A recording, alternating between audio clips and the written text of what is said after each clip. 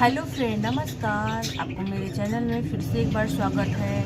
आज हम बात करेंगे पौष महीना का पुत्रदा एकादशी जो पौष महीने में शुक्ल पक्ष को किया जाता है। पुत्रदा एकादशी संतान के लिए किया जाता है, या इसे कहीं जगह इसे वैकुंठ एकादशी भी कहा जाता है। तो पुत्रदा एकादशी, थोड़ा मिस्टेक होता है बोलने में, आप प्लीज़ माफ़ करिए। मतलब एकादशी जो है, स्त्री हो या पुरुष, अगर भक्ति भाव से इस एकादशी को करेंगे तो उन्हें संतान की वरदान प्राप्ति होगी। मतलब संतान के प्रति जो भी है वो उन्हें इच्छा पूर्ण होगा।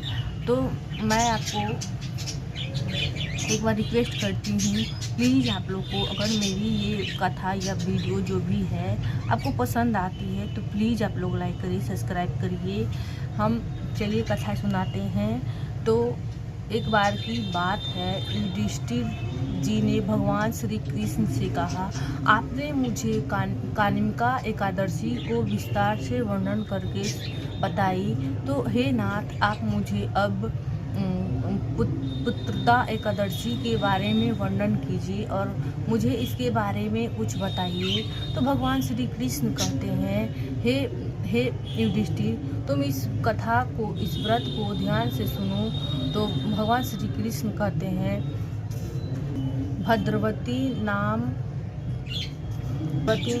का राज था। वहाँ का राजा का नाम सुकेतु था। सुकेतु नाम था। उनकी पत्नी का नाम सौभ्या था।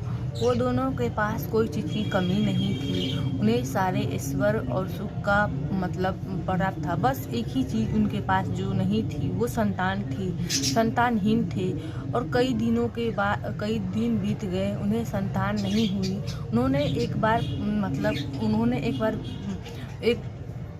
उन्होंने अपने राज्य को त्यागने के बारे में सोचा और वो अगले दिन ही उस राज्य को त्याग दिया और उस राज्य को मंत्री के हाथ, मतलब मंत्री जी को राज्य सौंप दिया।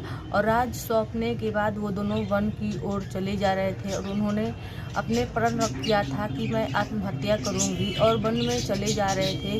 उन्होंने आत्महत्या करने ही जा रहे थे तो उन्होंने राजा सुकेतु ने सोचा कि आत्महत्या करना बहुत बड़ा पाप है, वो किसी को नहीं करना चाहिए। और उन्होंने उसी समय ये प्रण त्याग दिया कि हम आत्महत्या नहीं करेंगे। वो वन से लौट ही रहे थे तो उन्हें ध्वनि सुनाई दी। ध्वनि में वेद मंत्र को उच्चारण हो रही थी। वो ध्वनि की ओर चले जा रहे थे। उन्होंने सरोवर के निकट ऋषि मुनि, बहुत सारे ऋषि मुनि वहाँ यज्ञ तप वेदों का मंत्र का जाप कर रहे थे। वो उसी ध्वनि की ओर चले जा रहे थे। उन्होंने देखा कि ऋषि मुनि वहाँ पे वेद मंत्र का जाप कर रहे थे। वो वहाँ गए। उन्होंने सुकेतु जी और उनकी पत्नी सौभ्या उन्होंने ऋषि मुनि को प्रणाम किया और वो ऋषि मुनि की सेवा सत्कार में लग गए। उनके सेवा से ऋषि मुनि बहुत प्रसन्न हुए और उन्होंने कहा, वर मांगो, तुम्हारी क्या इच्छा है, मैं तुम्हारी इच्छा पूर्ण करूंगी। तो राजा सुकेतु और रानी सौभ्या ने कहा कि मेरे पास तो सारी चीज़ है, बस एक ही चीज़ नहीं है, वह संतान नहीं है।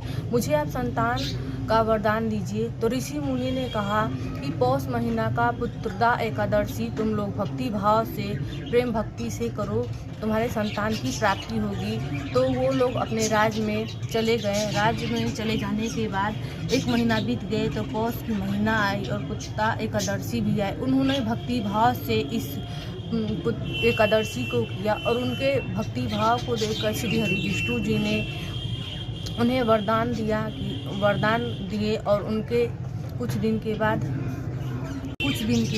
उनकी पत्नी गर्भवती हुई और उनके 9 महीने के बाद एक अत्यंत सुंदर धर्मात्मा लड़का बच्चा, मतलब संतान हुई, और वो संतान को पाकर बहुत खुश हुए।